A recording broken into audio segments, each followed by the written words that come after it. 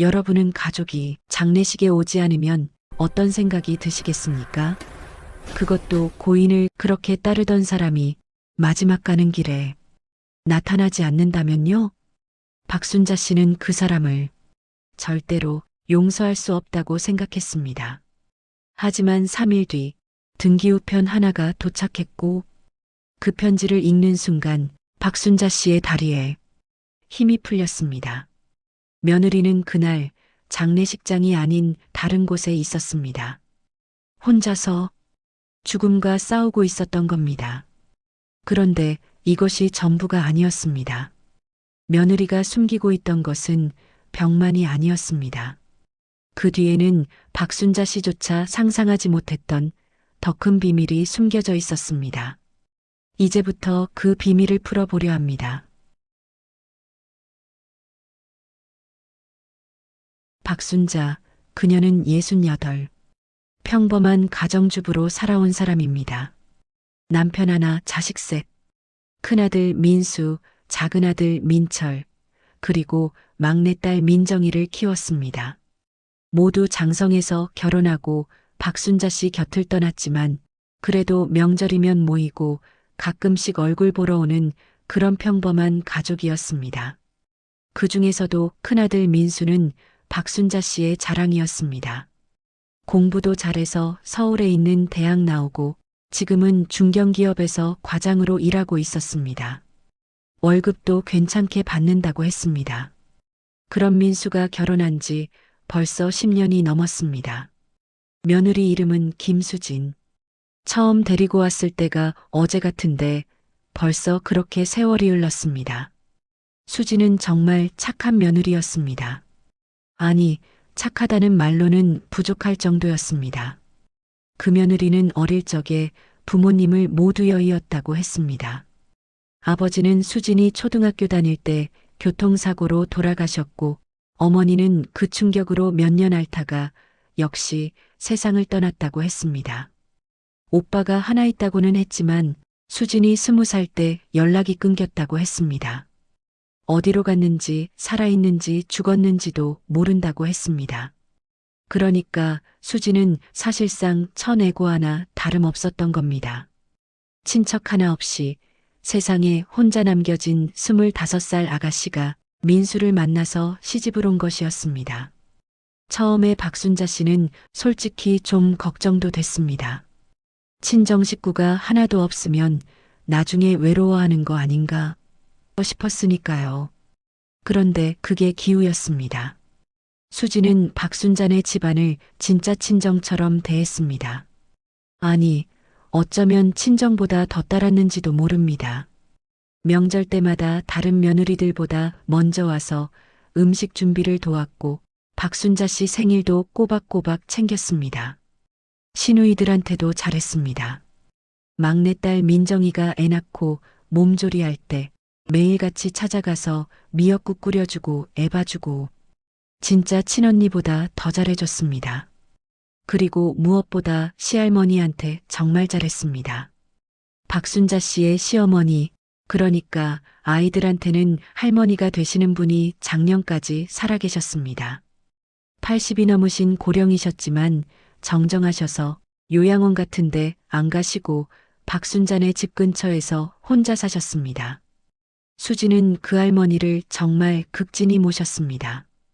일주일에 한 번씩은 꼭 찾아뵙고 반찬도 해다 드리고 할머니가 병원 가실 때는 같이 가서 모시고 진짜 친손녀처럼 했습니다.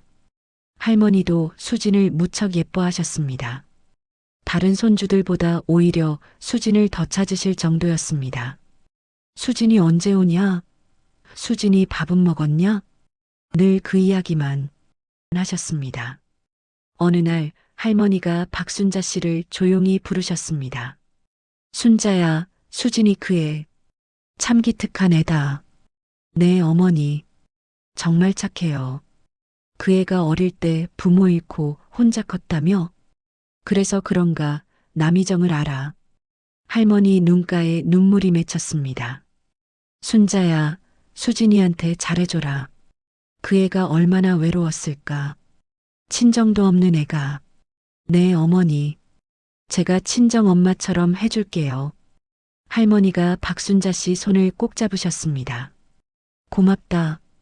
우리 수진이 행복했으면 좋겠구나. 그 대화가 할머니와의 마지막 대화가 될 줄은 박순자 씨도 몰랐습니다. 그런 할머니가 작년 겨울에 돌아가셨습니다. 할머니는 83세의 나이로 편안히 돌아가셨습니다. 아침에 일어나지 않으신다고 해서 달려갔더니 그렇게 주무시는 것처럼 편안한 모습으로 누워 계셨습니다. 의사 선생님은 자연사라고 했습니다. 잠을 주무시다가 그대로 가신 거라고. 슬프긴 했지만 그래도 천수를 다하신 거라고 생각했습니다. 고생 없이 편히 가셨으니 오히려 다행이라고 박순자 씨는 그렇게 마음을 다잡았습니다. 장례 준비는 빠르게 진행됐습니다. 친척들한테 연락하고 장례식장 예약하고 부고 문자 돌리고 이런 일들이 처음은 아니니까 차근차근 해나갔습니다. 박순자 씨는 민수한테도 전화를 걸었습니다. 민수야, 할머니 돌아가셨다. 장례식장은 시립병원 영안실이야. 빨리 와. 네, 엄마. 지금 바로 갈게요. 수진이랑 애들 데리고 갈게요. 그렇게 말하고 전화를 끊었습니다. 그런데 이상한 일이 생겼습니다. 다른 자식들은 다 도착했는데 민수네 식구만 안 보이는 겁니다. 둘째 민철이네도 왔고 막내 민정이네도 왔는데 정작 큰아들네가 없었습니다. 늦나 보다. 처음에는 그냥 그렇게 생각했습니다. 서울에서 오려면 시간이 좀 걸리니까요. 1시간이 지났습니다. 2시간이 지났습니다. 친척들이 하나둘 도착하기 시작했고 조문객들도 오기 시작했는데 여전히 민수네는 보이지 않았습니다. 박순자 씨는 다시 민수한테 전화를 걸었습니다. 민수야, 너 어디야? 왜 아직도 안 와? 전화기 너머로 들리는 민수 목소리가 이상했습니다. 뭔가 떨리고 있었습니다. 엄마, 저 죄송한데. 왜? 무슨 일 있어? 수진이가 할머니 장례식에 못 간대요. 그 순간 박순자 씨는 자기 귀를 의심했습니다. 뭐? 못 온다니 그게 무슨 소리야? 이유를 말을 안 해요. 그냥 못 간다고만 하고. 할머니 장례식인데 못 간다고? 수진이가? 그렇게 할머니 따르던 애가? 저도 이해가 안 돼요, 엄마. 계속 물어봐도 대답을 안 하고 그냥 울기만 해요. 그럼 너라도 와. 애들 데리고. 그게 수진이가 애들도 데리고 가지 말래요. 뭐? 박순자 씨는 그 말을 듣고 정말 어이가 없었습니다. 애들도? 손주들도 할머니 마지막 가는 길에 못 보내겠다고? 네. 제가 뭐라고 해도 안 돼요. 문 잠그고 안 열어줘요. 엄마, 정말 죄송해요. 민수 목소리가 떨리고 있었습니다. 울먹이는 것 같기도 했습니다. 박순자 씨는 그냥 전화를 끊어버렸습니다. 뭐라 말을 해야 할지 모르겠더군요. 며느리가 시할머니 장례식에 안 온다? 그것도 손주들까지 붙잡아 놓고? 이게 대체 무슨 일입니까? 그런데 박순자 씨는 문득 떠올랐습니다. 일주일 전 할머니를 뵈러 갔을 때의 일이었습니다. 그날따라 수진이 안 보여서 박순자 씨가 물었습니다. 어머니, 수진이 요즘 안 오나요? 할머니가 고개를 끄덕이셨습니다. 응, 요 며칠 못 봤어. 전화는 하던데. 바쁜가 보다 했지. 그때는 대수롭지 않게 넘어갔는데 지금 생각해보니 이상했습니다. 수진이가 일주일 넘게 할머니를 안 찾아뵙다니. 그 며느리가 뭔가 있었나? 하지만 지금은 그럴 때가 아니었습니다. 장례식을 치러야 했으니까요. 장례식장은 순식간에 술렁이기 시작했습니다. 사람들 입에서 입으로 소문이 퍼져나갔습니다. 큰 며느리가 안 왔대. 왜? 모른대. 할머니 그렇게 따르던 애가 뭔가 있나 봐. 박순자 씨는 조문객들을 맞으면서도 계속 귀가 따가웠습니다. 사람들이 수군거리는 소리가 다 들렸으니까요.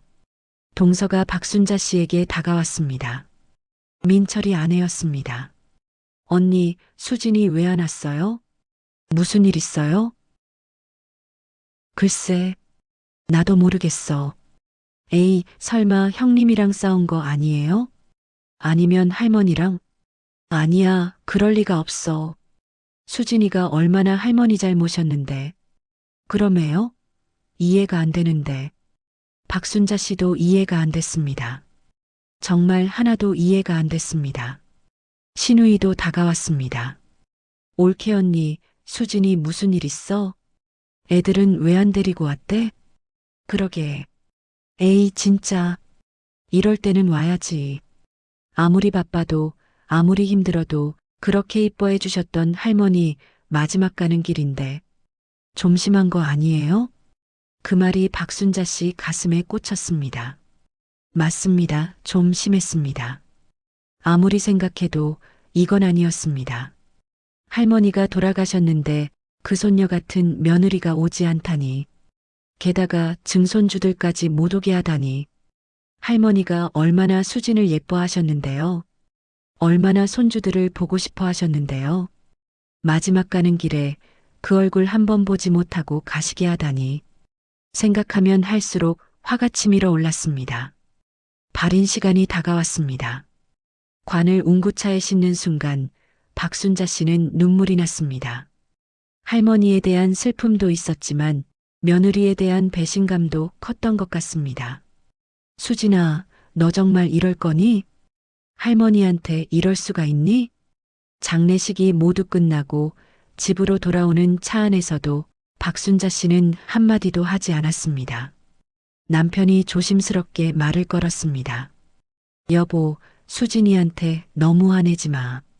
뭔가 사정이 있을 거야. 무슨 사정이 그래요? 할머니 장례식도 못 올 사정이 뭐가 있어요? 그래도 그 애가 원래 착한 애잖아. 할머니도 그렇게 잘 모셨고. 그러니까 더 이해가 안 되는 거예요. 왜 갑자기 이러는 거예요? 남편은 더 이상 말을 하지 않았습니다. 집에 도착해서도 박순자 씨는 계속 수진 생각만 났습니다. 내가 뭘 잘못했나? 할머니가 뭘 잘못하셨나? 민수가 며느리한테 뭐라고 했나? 아무리 생각해도 이유를 모르겠더군요. 그날 밤 민수한테서 전화가 왔습니다. 엄마, 정말 죄송해요. 됐어. 수진이 바꿔봐. 그게 지금 방에 들어가서 안 나와요. 뭐? 할머니 장례 다 끝났냐고 물어보고는 그냥 방문 잠그고 들어갔어요. 밥도 안 먹고. 박순자 씨는 헛웃음이 났습니다. 이게 뭐야? 수진이가 원래 이런 애였나? 엄마, 수진이가 무슨 일이 있는 것 같긴 한데 말을 안 해요. 제가 계속 물어봐도. 됐어, 민수야. 알았어. 박순자 씨는 전화를 끊어버렸습니다. 그날 이후로 박순자 씨는 수진한테 연락하지 않았습니다. 수진도 박순자 씨한테 연락하지 않았습니다. 한 달이 지났습니다. 민수가 가끔 전화를 했습니다. 엄마, 수진이가 많이 힘들어하는 것 같아요. 그래. 엄마, 좀 이해해 주세요. 뭘 이해해? 말도 안 하는데 어떻게 이해를 해? 그래도. 됐어, 민수야. 수진이가 먼저 연락하면 그때 생각해보마. 2달이 지났습니다. 명절이 다가왔습니다. 설날이었습니다. 둘째네, 막내네는 다 왔는데 큰아들네는 오지 않았습니다. 민철이가 물었습니다. 엄마, 큰형네는요? 안 온대. 왜요? 수진이가 친정 간대. 친정? 친정이 어디 있다고? 민정이가 놀란 표정으로 물었습니다. 올케 언니 친정이 어딨어요? 없어. 그냥 핑계지 뭐. 그 순간 박순자 씨는 확신했습니다. 아, 수진이가 의도적으로 우리를 피하고 있구나. 진짜 끝까지 이럴 거구나. 그날 명절 음식을 먹으면서도 박순자 씨는 입맛이 없었습니다. 식탁에 민순의 자리가 비어 있는 게 할머니 자리가 비어 있는 것만큼이나 허전했습니다. 그렇게 석 달이 흘렀습니다. 어느 화창한 봄날 오후였습니다. 날씨가 참 좋았습니다. 봄꽃들이 활짝 피어 있었고 햇살도 따뜻했습니다. 박순자 씨가 우편함을 열었더니 등기 우편이 하나 들어 있었습니다. 보내는 사람 김수진, 며느리였습니다. 순간 박순자 씨 가슴이 두근거렸습니다. 화가 나면서도 동시에 기대도 됐습니다. 드디어 연락을 하는구나. 이제 설명을 하려나 보다. 하지만 한편으로는 화도 났습니다. 이제 와서 편지로 때우려고 3개월 동안 연락 한 통 없다가 봉투를 뜯었습니다. 두꺼웠습니다. 편지 한 장이 아니라 뭔가 서류 같은 것들도 함께 들어 있었습니다. 먼저 편지를 꺼내서 펼쳤습니다. 수진 손글씨였습니다. 평소보다 글씨가 흔들리고 있었습니다. 마치 손을 떨면서 쓴 것처럼. 어머님께 이 편지를 쓰는 게 정말 어렵습니다. 수없이 종이를 구겨서 버렸습니다. 어떻게 시작해야 할지, 어떤 말부터 꺼내야 할지 모르겠어요. 먼저 할머니 장례식에 가지 못한 것, 진심으로 죄송해요, 어머니. 어머님께, 집안 어른들께, 친척분들께 얼마나 큰 신뢰를 저질렀는지 압니다. 그 자리에서 사람들이 얼마나 저를 욕했을지도 알아요. 하지만 저는 정말로 갈 수가 없었어요. 뭐야 이게? 갈 수 없었다니? 박순자 씨는 편지를 쥔 손에 힘이 들어갔습니다. 화가 나서 그냥 찢어버릴까 하는 생각도 들었습니다. 하지만 계속 읽었습니다. 할머니께서 돌아가시기 일주일 전이었습니다. 저는 몸 상태가 이상해서 병원에 갔어요. 가슴에 멍울이 만져졌거든요. 처음에는 대수롭지 않게 생각했어요. 그냥 피곤해서 그런가 보다, 스트레스인가 보다 했죠. 하지만 병원에서 조직 검사를 받았고 결과가 나오기를 기다리던 그 주에 할머니께서 돌아가셨어요. 박순자 씨는 숨이 막혔습니다. 가슴이 답답해졌습니다. 조직 검사? 멍울? 설마. 손이 떨렸지만 계속 읽어 내려갔습니다. 할머니 돌아가신 다음 날 병원에서 전화가 왔습니다. 검사 결과가 나왔으니 빨리 오라고 했습니다. 의사 선생님 목소리가 심각했어요. 병원에 갔습니다. 민수 오빠도 데리고 갔습니다. 의사 선생님이 심각한 표정으로 말씀하셨습니다. 유방암입니다. 3기입니다. 편지를 읽던 박순자 씨 손이 멈췄습니다. 유방암, 3기. 그 단어들이 눈에 박혔습니다. 3기라는 게 무슨 뜻인지 처음에는 몰랐습니다. 하지만 의사 선생님 설명을 듣고 제 다리에 힘이 풀렸습니다. 즉시 수술을 해야 합니다. 그리고 항암 치료를 시작해야 합니다. 늦으면 4기로 진행될 수 있습니다.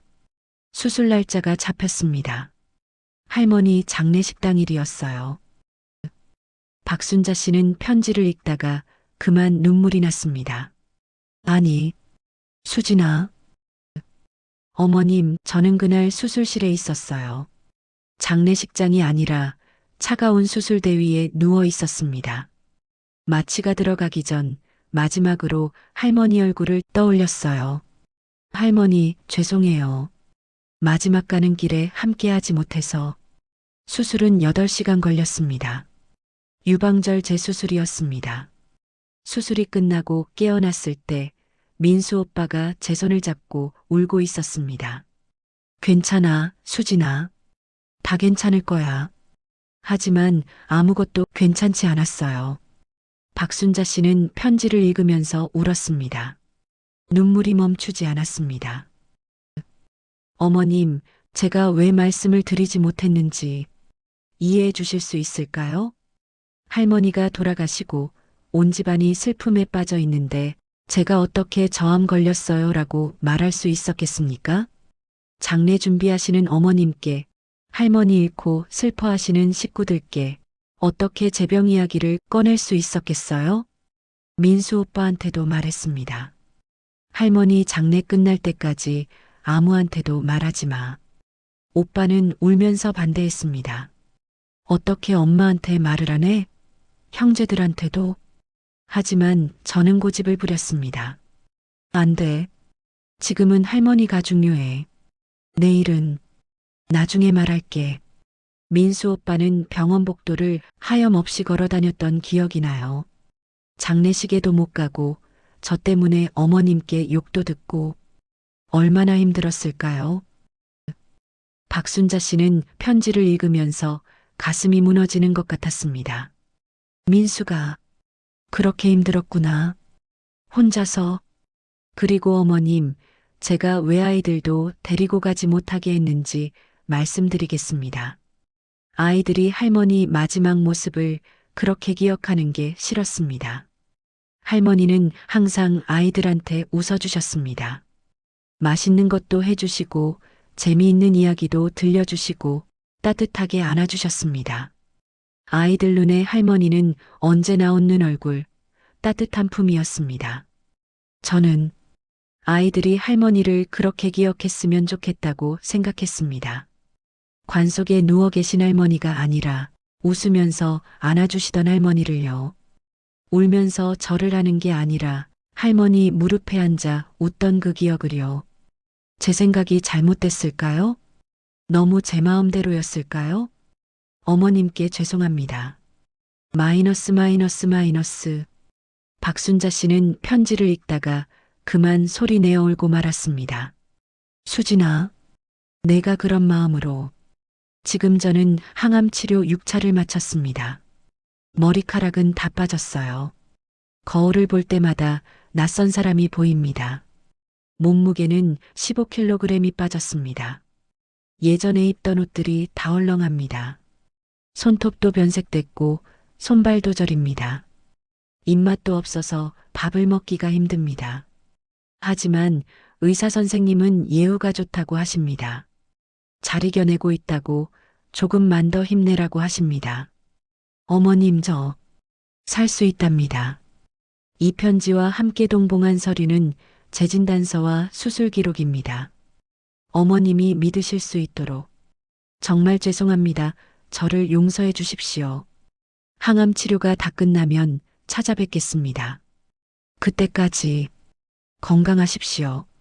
며느리 수진 올림. 편지를 다 읽고 박순자 씨는 그 자리에 주저앉았습니다. 봉투 안에 들어있던 서류를 꺼냈습니다. 진단명 치윤성 유방암 3기. 수술일 20XX 년 X월 X일. 할머니 장례식 바로 그날이었습니다. 항암 치료 일정 1차부터 9차까지 모든 게 사실이었습니다. 수진아. 박순자 씨는 며느리 이름을 부르며 울었습니다. 한참을 울었습니다. 박순자 씨는 얼마나 울었는지 모릅니다. 눈물이 마를 때까지 울었습니다. 내가 뭘 한 거야? 내가 수진이한테 뭘 한 거야? 며느리는 혼자서 암과 싸우고 있었는데 박순자 씨는 그 며느리를 원망하고 있었습니다. 수술대 위에 누워있을 며느리를 생각하니 가슴이 찢어지는 것만 같았습니다. 얼마나 무서웠을까요? 얼마나 외로웠을까요? 친정 부모도 없고 친척도 없는 그 며느리가 혼자서 암 선고를 받고 수술을 받고 항암 치료를 견뎌내고 게다가 시댁 식구들한테는 욕까지 먹으면서 내가 정말 못된 시어머니구나. 박순자 씨는 떨리는 손으로 전화기를 집어들었습니다. 민수 번호를 눌렀습니다. 신호음이 몇 번 울렸습니다. 엄마. 민수 목소리가 들렸습니다. 민수야. 엄마 왜? 무슨 일 있어? 수진이 어디 있어? 전화기 너머로 잠시 침묵이 흘렀습니다.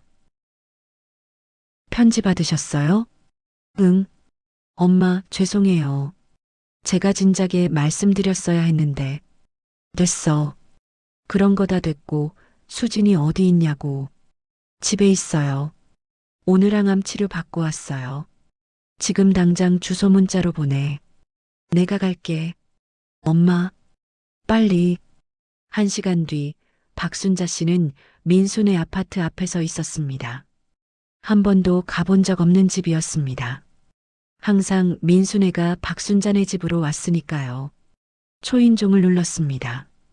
딩동. 잠시 후 문이 열렸습니다. 그리고 박순자 씨는 그 순간을 평생 잊지 못할 것입니다. 문 앞에 선 며느리의 모습을 머리카락이 없었습니다. 안진뱅이 모자를 쓰고 있었습니다. 얼굴은 살이 빠져서 뼈가 드러나 보였습니다. 볼이 쑥 들어가고 눈만 컸습니다. 피부는 누렇게 변색되어 있었고 입술은 바짝 말라 있었습니다. 박순자 씨가 알던 그 통통하고 건강하던 며느리가 아니었습니다. 하지만 그 며느리는 웃고 있었습니다. 어머님, 그녀는 목소리도 약했습니다. 힘이 없었습니다.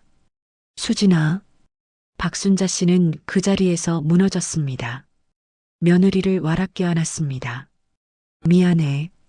미안해. 엄마가 미안해. 수진 몸이 너무 가벼웠습니다. 뼈만 남은 것 같았습니다. 괜찮아요, 어머님. 이해해요. 무슨 소리야. 괜찮을 리가 있어? 엄마가 정말 잘못했어. 수진이 박순자 씨 등을 토닥였습니다. 그 약한 손으로 어머님 안으로 들어오세요. 서 계시면 힘드시잖아요. 수진이 박순자 씨를 집 안으로 안내했습니다. 거실에는 민수가 서 있었습니다. 눈이 빨갛게 부어 있었습니다. 엄마. 민수야, 너도 고생 많았다. 죄송해요, 엄마. 제가 진작에. 됐어. 다 됐어. 박순자 씨는 소파에 앉았고 수진도 천천히 앉았습니다. 앉는 동작 하나하나가 조심스러워 보였습니다. 수진아, 지금 몸은 어때? 많이 나아졌어요. 항암 치료가 3번 남았어요. 의사 선생님이 잘 이겨내고 있다고 하셨어요. 머리카락은 다시 자랄 거래요. 항암 끝나면. 박순자 씨는 며느리 손을 꼭 잡았습니다. 수진아, 엄마가 정말 미안하다. 내가 그렇게 힘든데 엄마가 너를 원망했어. 아니에요, 어머님. 제가 말씀을 안 드렸으니까요. 아니야. 엄마가 더 알아보려고 했어야 했어. 너를 더 믿었어야 했어. 수진 눈에 눈물이 고였습니다. 어머님, 저 정말 할머니 보고 싶었어요. 마지막으로 인사드리고 싶었어요. 할머니도 너 보고 싶어 하셨을 거야. 수술실 들어가기 전에 할머니한테 기도했어요. 할머니, 저 살려주세요. 꼭 살아서 어머님한테 사과드릴게요라고. 박순자 씨는 며느리를 다시 껴안았습니다. 수진아, 내가 살아있어서 다행이다. 정말, 정말 다행이야. 그날 박순자 씨는 며느리 집에서 저녁을 먹었습니다. 수진이 준비한 소박한 식사였습니다. 입맛이 없다면서도 가족들을 위해 음식을 만들고 있었습니다. 어머님, 제가 요리를 잘 못해요. 항암 받고 나면 손에 힘이 없어서. 됐어, 수진아. 이제부터는 엄마가 해줄게. 엄마가 매일 와서 해줄게. 어머님, 그리고 병원 갈 때도 엄마가 같이 갈게. 혼자 가지 마. 민수가 옆에서 말했습니다. 엄마, 괜찮아요. 제가 데리고 다녀요. 너는 회사 다녀야지. 엄마가 할게. 그날 이후로 박순자 씨는 정말 매일 민수네 집에 갔습니다. 다음 날부터 박순자 씨는 새벽 일찍 일어나서 반찬을 만들었습니다. 수진이 잘 먹을 수 있는 소화가 잘 되는 음식들로 만들었습니다. 죽도 쓰고 나물도 무치고 국도 끓였습니다. 아침에 민수네 집에 가서 냉장고에 넣어두고 수진이 일어나면 함께 아침을 먹었습니다. 항암 치료 날이 되면 박순자 씨는 새벽부터 가서 수진과 함께 병원에 갔습니다. 항암 7차, 8차, 9차. 수진은 정말 끝까지 잘 견뎌냈습니다. 마지막 9차 항암이 끝난 날 의사 선생님이 말씀하셨습니다. 축하드립니다. 완치 판정입니다. 정말 훌륭하게 이겨내셨어요. 그 순간 모두가 울었습니다. 민수가 울고 수진이 울고 박순자 씨도 울었습니다. 수진아, 고생했어. 정말 고생 많았어. 어머님이 계셔서 이겨낼 수 있었어요. 아니야, 내가 강해서 이겨낸 거야. 그로부터 몇 달이 지났습니다. 어느 날 수진이 조심스럽게 물었습니다. 어머님, 저 할머니 산소 가도 될까요? 이제 가도 될 것 같아서요. 그래, 가자. 우리 같이 가자. 다음 주말 박순자네 가족 모두 함께 할머니 산소에 갔습니다. 민수네 가족, 민철이네 가족, 민정이네 가족 모두 모였습니다. 산소 앞에서 수진이 절을 했습니다. 한참 동안 절을 하더니 무릎을 꿇고 앉아서 할머니께 말을 했습니다. 할머니, 수진이에요. 늦게 와서 정말 죄송해요. 이제야 인사드리러 왔어요. 수진 목소리가 떨리고 있었습니다. 할머니, 저 아팠어요. 많이 아팠어요. 할머니, 마지막 가는 길에 함께 못해서 정말 죄송해요. 바람이 불었습니다. 나뭇잎들이 바스락거리는 소리가 들렸습니다. 마치 할머니가 대답하시는 것 같았습니다. 수진이 눈물을 닦으며 다시 말했습니다. 할머니, 저 이제 다 나았어요. 의사 선생님이 완치래요. 저 이제 건강해요. 할머니 걱정 안 하셔도 돼요. 박순자 씨는 며느리 옆에 무릎을 꿇고 앉았습니다. 어머님, 수진이 살려주셔서 감사합니다. 우리 며느리 지켜주셔서 감사합니다. 그때였습니다. 민수가 뭔가를 꺼내 들었습니다. 엄마, 어머님, 이거 좀 보세요. 뭔데? 할머니 유품 정리하다가 나온 건데. 민수 손에는 낡은 봉투 하나가 들려 있었습니다. 봉투 겉면에 할머니 손글씨로 이렇게 적혀 있었습니다. 수진이에게. 박순자 씨와 수진이 얼굴을 마주 봤습니다. 이게 뭐지? 민수가 조심스럽게 봉투를 열었습니다. 안에는 편지 한 장과 통장 하나가 들어 있었습니다. 편지를 펼쳤습니다. 할머니 글씨였습니다. 우리 수진이에게 이 편지를 읽고 있다면 할머니는 이미 세상에 없겠구나.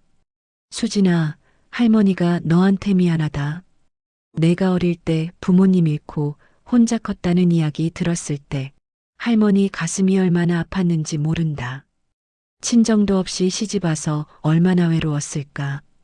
그래도 항상 웃으면서 우리 식구들 챙기고 너는 정말 기특한 애야. 수진아, 할머니가 너한테 하고 싶은 말이 있다. 살다 보면 힘든 일이 생길 거야. 그럴 때 혼자 견디지 마. 너한테는 가족이 있어. 순자도 있고 민수도 있고 아이들도 있어. 혼자 아파하지 말고 가족한테 말해. 가족이란 게 그런 거야. 함께 아파하고 함께 이겨내는 거. 이 통장은 할머니가 평생 모은 돈이야. 많지는 않지만 3천만 원 정도 들어있을 거야. 수진아, 이 돈은 내가 힘들 때 쓰렴. 아프면 병원비로 쓰고 힘들면 좀 쉬면서 쓰고 그렇게 하렴. 그리고 제발 혼자 견디지 마. 순자한테 말하고 도움받아. 너는 이제 우리 가족이야. 혼자가 아니야. 할머니가 항상 너를 지켜볼게. 할머니가 마이너스 마이너스 마이너스. 편지를 다 읽고 모두가 울었습니다. 수진이 소리내어 울었습니다.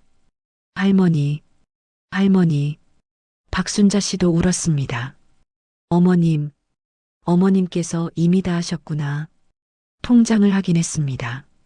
정말 3천만 원이 들어 있었습니다. 그리고 통장 메모란에 할머니 손글씨로 이렇게 적혀 있었습니다. 수진이 병원비 약값. 할머니는 이미 알고 계셨던 겁니다. 수진이 언젠가 아플 수도 있다는 것을. 그리고 그 며느리가 혼자 아파할까봐 미리 준비해 두셨던 것입니다.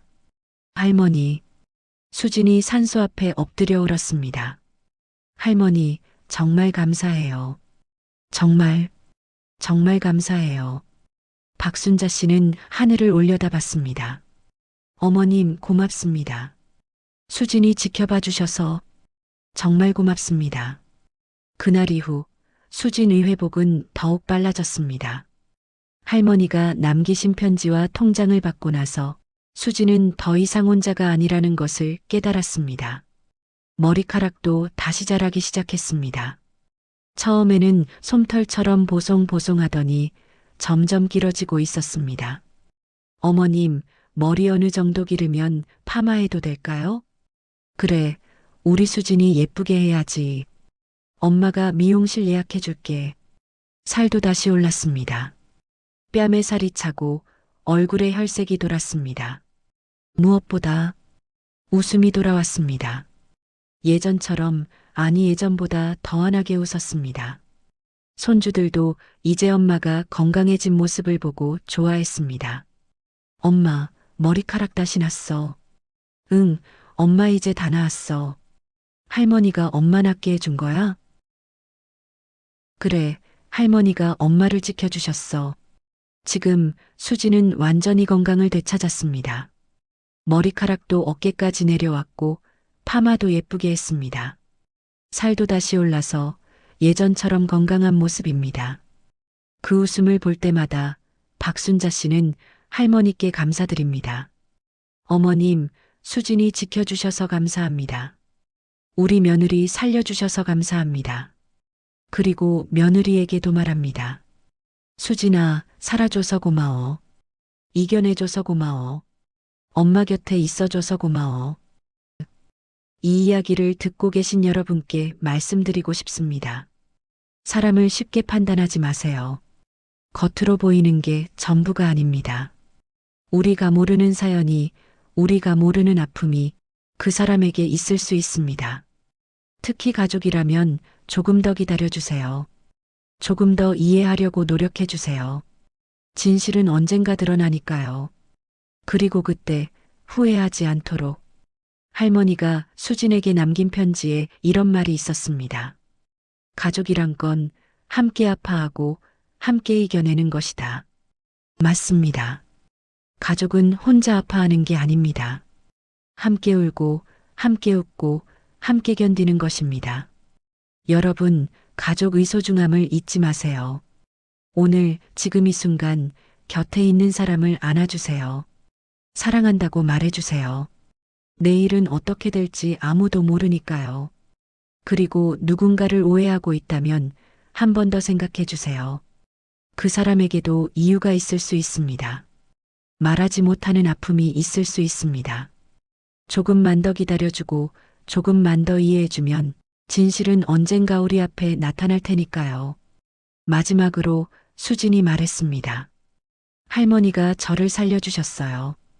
그리고 어머님이 저를 살려주셨어요. 이제는 제가 이 가족을 지킬 차례예요. 가족이란 그런 것입니다. 서로를 지켜주고 서로를 살려주는 것. 여러분도 오늘 가족에게 말해주세요. 사랑해. 고마워. 함께 있어줘서 고마워. 그 말 한마디가 누군가에게는 살아갈 이유가 될 수도 있으니까요.